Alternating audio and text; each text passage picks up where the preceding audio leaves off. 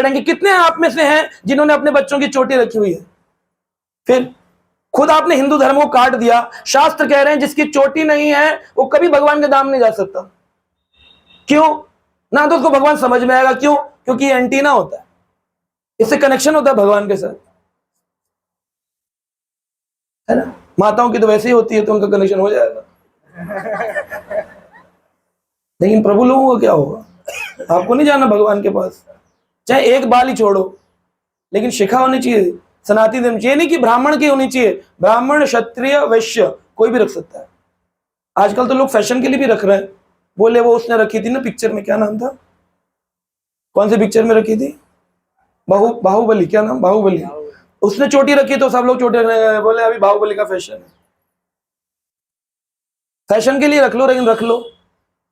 विदेशी लोग अपने बालों को रंग सकते हैं, वो कुछ भी कर सकते हैं फैशन के लिए। आप फैशन समझ के रख लो चोटी, है ना। यह स्थान गर्म रहेगा तो फिर आपको ज्ञान भी प्राप्त होगा। एक आचार्य थे, वो जब पढ़ाई किया करते थे, अध्ययन, तो उनको नींद आती थी, बहुत नींद आती थी। उन्होंने क्या किया, अपनी चोटी को रस्सी से बांधकर पेड़ पर बांध दिया, और जब वो पढ़ते पढ़ते उनकी ज्यादा नींद नीचे आती थी तो चोटी खींचती तो उड़ जाते थे, फिर नींद आती थी वो खींच जाती थी। तो शिखा से वो जागृत अवस्था में पढ़ाई करते थे। तो सबको जागृत अवस्था में होना चाहिए।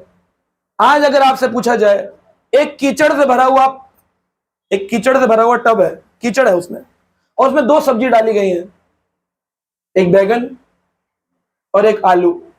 अब आपको ये टास्क पूरा करना है, बिना कीचड़ को हाथ लगाए, बिना हाथ गंदे किए आपको एक सब्जी उठानी। कौन सी उठाओगे?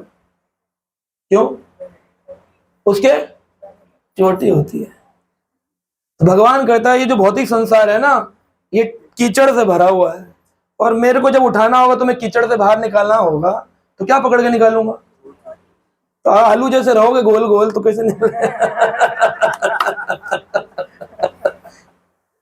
ये जय पताका है। जब कोई व्यक्ति विजय होता है तो मंदिर के शिखर पर क्या बांधते हैं? झंडा लगाते हैं। तो हिंदू लोग, आपने देखा होगा चाणक्य पंडित के सीरियल में, उसने कहा था जब तक राजा तुम्हें हरा नहीं दूंगा तब तक अपनी शिखा को बांधूंगा नहीं। शिखा होगी तो बांधने का निर्णय होगा, तुम्हें है ही नहीं। जैसे मैं बोलूं मेरी बात नहीं मानो तो मैं मूंछ कटवा दूंगा, लोग बोले है ही नहीं, का कटवा क्या दोगे तुम?